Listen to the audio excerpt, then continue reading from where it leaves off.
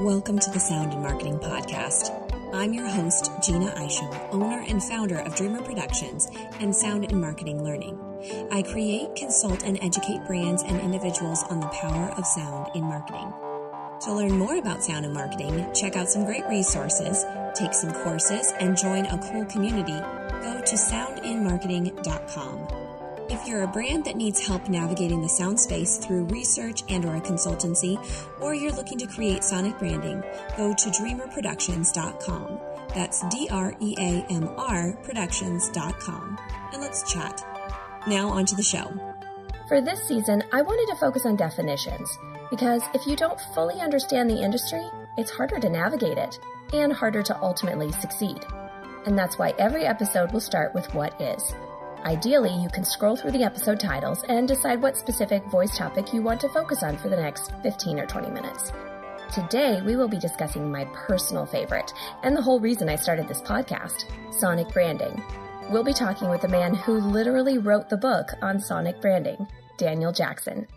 Daniel's company, Sonic Brand, has been around since 1999, working with companies in all business sectors, most of which are still clients today. Sonic Brand's specialty is not just creating music and sounds for a company's brand identity, but also strategy and sonic branding management of those sound assets for better use and functionality through the life of a brand. But I'll let Daniel tell you all about it. Welcome to the show, Daniel. Thank you very much, Jeanna. Nice to be here. So why don't we go ahead and start with where you fit into the sonic branding world? So the company is called Sonic Brand, which is nominative determinism at its finest. So what we do is sonic branding. This is a business I started with a couple of friends back in 1999, and it took a little hiatus, and I did another couple of things. Went off and earned some money whilst the sonic branding industry caught up with the vision that we were putting out there. I was fortunate enough to be able to keep hold of the brand name and the URL, and we reformed Sonic Brand just last year, actually. So it's a kind of 20-year-old business. My role is to drive client strategy, use my ears, and generally help guide the business through the ocean of sonic branding troubles. I've seen most of it before. I've heard most of it before, and there's usually an answer that we can pull out from our history if we look for it. So I'm there to be the old guy with the gray hairs. And for those of you that haven't heard Daniel's name, he literally wrote the book on sonic branding. So if you look up sonic branding, you will find his book. Daniel, as a seasoned veteran of sonic branding, could you define the term sonic branding? Because there's a lot out there. A lot of people call it a lot of different things. Sure. So thank you for referencing the book, and it is available at Amazon.com. So in the book, and this was written back in 2000, 2001, published in 03, I had a glossary. I had a bunch of terms that I defined out there. So I'm going to read from that, and then I'm going to try and work out if it's still true. So I had sonic branding, the creation and consistent management of distinct, memorable, flexible, and honest brand identity and experience in sound. So that's probably overdoing it a little bit, but definitely it's about the creation of sound, management of sound, I think is inherent to sonic branding. And then that sound itself should kind of go through some filters of distinctiveness and memorability and hopefully flexibility.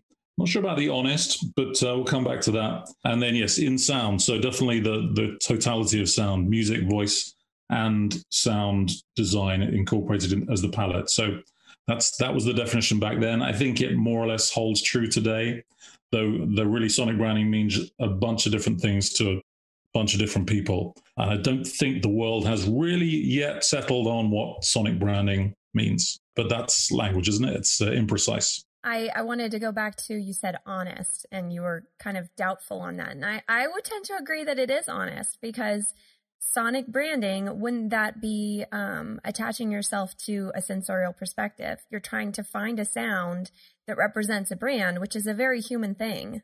Yeah, I totally agree. And it was obviously something that was very important to me back in the day, which is the idea that the sound should be of and from and true to the brand essence. It comes back to a philosophy of sonic branding, the holy grail being a sound that is both functional in that it's memorable or it's distinct or it means something, but also has an aesthetic that is true to the experience. I always talk about my favorite sonic branding not being necessarily jingles, because they are not honest to the brand in some respect. They're functional. They're designed to get into people's heads. They're designed to be memorable, but they're not of the essence of the brand. So my favorite sonic branding tends to be sounds that have function as well as aesthetic. So of all time, I'd say the Apple Mail swoosh would be right up there as something that's been clearly defined, clearly designed, and consistently managed. And it just says that your email is just left. It does it beautifully, and it could be a beep and it could be a bong, but no, it's a beautiful whoosh away. So always looking for that honesty to the experience of what you're actually doing. That's what I was getting to in the day. I think now I would probably be less inclined to use the word honest and more inclined just to talk about function and aesthetic rather than honesty. I think it's a difficult word, honesty, but yeah, we'll come back to that, I guess. Functionality, definitely. I agree with you. And you mentioned about jingles. You wouldn't necessarily consider that being sincere to the brand. And there's actually one of the lessons in my upcoming course that I'm working on. I use Meow Mix as an example, and no one would say that's not catchy. That's a good jingle. Like it's catchy. I showed it to my kids one time, and out of the blue, they always ask me to play the Meow Mix thing again. So it's definitely on brand. It says the brand. It's really great. But my challenge to that is that sonic branding? Would you want to hear that over and over again in all the different audio touch points that they would have? And I'm pretty sure the answer is no, because what would end up happening is you'd be annoyed, right? Like we know about the Netflix to them. People got tired of that sound, even though the mnemonic was really good, but it was oversaturated when people were binging movies and such during COVID. If you heard Meow Mix in like some kiosk at the mall, and I'll tell you one thing, because I have worked at a mall. As an employee of the mall, I would want to break that kiosk. It's too much. It's too much. So there's functionality, there's sincerity, because it's talking about the brand, but it's also, you have to be true to what is it that you could listen to over and over again. Do you have thoughts on that? We should accept that the majority of people in the world would accept Meow Mix as sonic branding. So they definitely would call it that. And it is honest within context, so that it gets more complicated, because within the context of a piece of advertising, as a bit of music that's trying to get in your head or in your kids' heads and stay there for the rest of their lives, it's an old-fashioned advertising giving, but it is honest within advertising. Out of context, it becomes useless. So it doesn't go through that. I use the word flexible in that definition of what is sonic branding, and it wouldn't meet that flexibility criteria. So that's a key one, is that to really manage the sound of the brand, you have to have flexible assets that can stretch and move and be used in a mall for 10 hours or used on a 20-second TV commercial. The brand, though, doesn't have to just use one asset. And to some extent, brands used to just develop one asset and call that their sonic branding. But now we're in a world where brands are capable of managing and deploying multiple assets. So within the number of branded assets that Meow Mix can own, then that song is perfect, but they're going to need some other stuff. They're going to need some long form music. They're going to need some sound design. They're going to need some ritual sounds for the sound of the packs being opened or the sound of a cat chewing the kibble. So they're going to need to expand it and put more together, and then manage that as a holistic sound of the brand. And that's the holy grail of sonic branding. The frustration I have after best part of 25 years is that 90% of the people out there, and that's a made-up number, but 90% of the people out there still think that the Meow Mix jingle is sonic branding. And they don't see that or hear that it's a much broader topic than that. I mean, when you explain it to them, it becomes very obvious. But on first understanding, sonic branding is still, so you're a jingles guy, or so you do the bings and bongs on a mobile phone or a cell phone. Like it's still reductive down to the single created point that is the most famous, which tends to be the advertising, and it tends to be advertising jingle. So still some frustration, but I've learned to live with it and accept people for their limitations.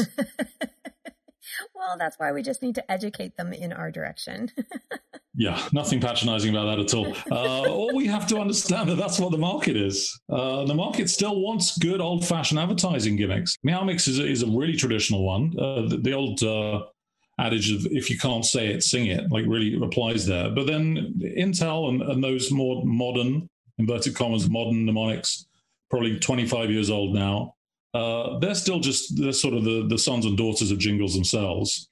Designed to be memorable and do different things. And I don't mind when someone uses one of those. So I shouldn't mind when someone uses an old-fashioned song about a brand or a song that's just using the brand name. I embrace all of it and try and find the right thing for the right client at the right time. Because that's really what it's all about. It's the right sound at the right touch point for the right need state of the consumer of that sound at that moment. And the fact that it's that rather than just a jingle is complicated, but it's our job to embrace that complexity and not just build a beautiful, harmonious soundscape for brands, but build a business and build understanding and train people. And there's a lot to do still, because we look at sonic branding as a standalone industry, as a discipline in and of itself, rather than as a small component of advertising or a small component of something else. And we're really talking about a 25-year-old industry. And that is nothing. Like it's barely getting going. Okay, it hasn't grown quite as fast as the internet. That's probably gone a bit, that's outgrown us in terms of the rate of acceleration, but it's still a young industry. And it's just starting to enter a slightly more mature age, but really it's still got a long way to go.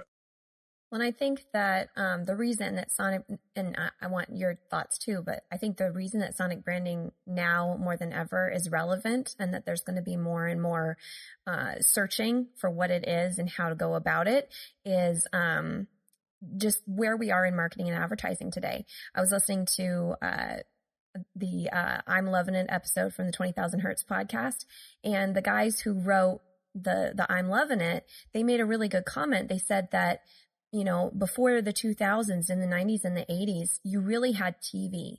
TV was where you advertised yourself and you were sold to. And there was 3 to 5 different, standard channels that would tell you what to buy, tell you what to like, you were sold at. And in comes the internet, and now you have source everywhere. You can advertise everywhere. There's information coming at you at every different angle. And it's not surprising that as consumers, we decided, okay, well, you don't sell at me now. I want to believe in you. I want to see what your brand stands for, etc. And so now brands, although those jingles worked in the past, they're very much, this is it. But there's not as much personality. It's either dramatic music, or it's funny music, or it's a funny message, or you have these emotions, general emotions, but it's not really saying what the brand itself is. But the way that we have advertising now, we have information overload. We could get our information, we could buy anything we want. So, why should we choose you? And I think that that's the relevance of sonic branding, because it's one of the 5 senses. We have the sensorial perspective that people are asking for now. So we need to harness it. Yeah, I think I'm going to go a bit further to say that's definitely what you described plays a role in why it's important today. But advertising and sort of brand communications in general are a kind of intermediary. They're a middleman between us as consumers and the brands that want to sell us stuff. And that's always been there, and they've always been part of that conversation, that economy that takes a brand that nobody knows about or cares about and puts it in front of someone who doesn't know or care and tries to make them know or care. And that industry definitely needs more tricks and tools. Now, whether it's a jingle or a beautiful piece of sound design that's built around the function and the aesthetic, that's still more or less in the same economy as brand, middleman in communication, or middle person in communication, and then consumer. But what's happened over the last, well, let's call it 5 years, but you could put any number on it, is that a whole new economy has turned up. That old economy of someone with a product and someone who could buy the product and an advertising intermediary, that still exists. But layered on top of that is the attention economy. Mm. And that's the economy that only exists if you are looking at or listening to your device. And it makes money by grabbing your attention and holding it there. And that is divorced from the old senses of value chains or from selling products or buying products. It's just that the more time I spend looking at or listening to a device, the more money the person who created that content is going to make. It's more akin to the entertainment industry, but on a much more live basis. And that is the economy where it's really, in the last, I'd say, 18 months, 2 years, become very clear that music and sound has a massive role to play in first of all, drawing people into content, and secondly, in terms of keeping them on that content for much longer. So it's playing a role digitally in the attention economy. And that's really, I believe, that why the biggest push is coming into sonic branding now. And you can see that is very clear in social audio, where the sound of the experience is the only thing that's attracting you there and keeping you there. And then you're monetized through the sound of it. That's very easy to see. But you can also see it in how Facebook, Instagram, and really TikTok kicked off the social media kind of way of using music to drag people into the social platforms. And for a long time, Facebook and the guys who dominated Facebook, Twitter, it was a sound off environment. TikTok really came along and said, you know what, if you had some music on this, then people are going to do more interesting stuff and everyone's going to listen to it for longer. And everyone's very rapidly jumped on we need some music for our social videos. And that we need some music for our social videos, I think is the entry point now for so much sonic branding talk among our clients. So I really feel like the attention economy, divorced from and away from the old-fashioned advertising economy, is really driving attention into the sonic branding business. There's also the low-touch economy that I have been reading about, just because of COVID and how we're trying to be sanitary, and there's just hesitancy. I think that using sound in our products to, voice our information to a bank ATM or something like that, talk to an elevator, have the elevator go up or down or whatever without having to touch anything. I think that there's real value in that. And because we're so sensitive about it, that also draws into the emotional, like, oh, that elevator is helpful. That's friendly. It sounds silly, but it does go into our head that it's like, oh, this is a safe place. This is a safe environment. So lots and lots of entry points. I agree. Yeah, without a doubt, completely agreeing. That whole part of the internet that's being built that doesn't have a screen, that doesn't have keyboards, is I'd say that's the emerging opportunity. So in the brand work that we do, we often talk in terms of residual, dominant, and emerging. Residual, I'd say, in our market is the jingle advertising. We're probably covering that off. I'd say we're entering a stage where the dominant part of our economy for sonic branding is going to be around attention. And then the emerging part is where sound is the whole experience. And the internet is built without a visual or a touch component. And that's the bit that's most exciting. I don't know where it's going to go, but I assume it's going to be big. And for the first time in my professional career, I could see an addressable market for the skills of sonic branding and the practice of sonic branding that's in the billions rather than in the thousands. And those billions are going to be available through audio commerce and through voice commerce. It's without a doubt an exciting time to be learning about how to use sound to attract attention, to alter consumer behavior, to get someone to ask to buy. These are things that we can do just using our voices, our music, and our sound design expertise. So yeah, the opportunity is really much bigger than any one of us can really point to right now. But yeah, I'd say it's definitely a more interesting time now than, say, 2000, 2001, 2, when we were screaming about the importance of music and sound, but all the advertising guys were still making posters and still doing press ads. And if they made a radio commercial, then it was done after a TV ad, and it was done with a tiny budget, and it was done with no real care or attention on just how sound played on its own, as opposed to as part of a TV soundtrack. So I'm excited by the future in the next 20 years, much more than I was 20 years ago, even though I thought by now we'd have made it. I'm excited too. I think that there's a lot growing. There's a lot happening right now, but there's a long way to go. And I think that also with so much voice first technology, all this stuff that's happening, it's happening in real time. So whatever 10, 15 years from now is going to look like, it's going to be different. There's going to be so much more tech that hasn't even shown up yet. And I feel like we're kind of like doing the seesaw thing where we're coming up with innovation as the technology is developing, and we're getting responses back in real time if this works or this doesn't. So it's very cool. Very, very interesting. The thing that's really been exploding in my social bubble recently is AI voices. And I only really became, I mean, obviously I've always been aware of artificial voices, but I only became aware of the new wave of those maybe 18 months ago.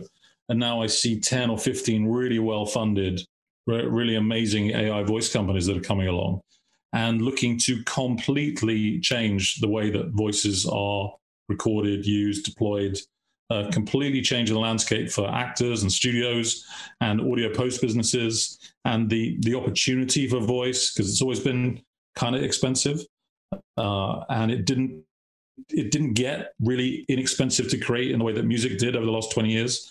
So I feel like the change that happened when people started sampling musical instruments and creating sample libraries is now happening for real with real quality in voice. And so the cost of creation for voice content is going to go through the floor. And so it becomes even more important to have a strategy, because otherwise we just get tons and tons and tons of noise. So I think voice strategy is now a genuine piece of sonic branding. I think it was nice to have, talked about, a little add-on to the sonic branding industry for the last 20 years. But now I think it's potentially a really core component is to have a voice strategy and then pick the right instruments, i.e. the right AI voices, and deploy them in the right ways. I think that's a real thing that we can add value to now. Tune in next week for the conclusion to our conversation, and don't forget to subscribe on all the major podcast channels. Share with friends, follow, and rate it. Spread the word because, well, more people should know about this stuff. I know you know that now. For any other inquiries, you can find me at Dreamr Productions. That's DREAMR Productions.com or soundinmarketing.com, LinkedIn, Twitter, and Facebook. You can also email me at Jeanna, Jeanna, at dreamrproductions.com. All links will be provided in the show notes. Let's make this world of sound more intriguing, more unique, and more on brand.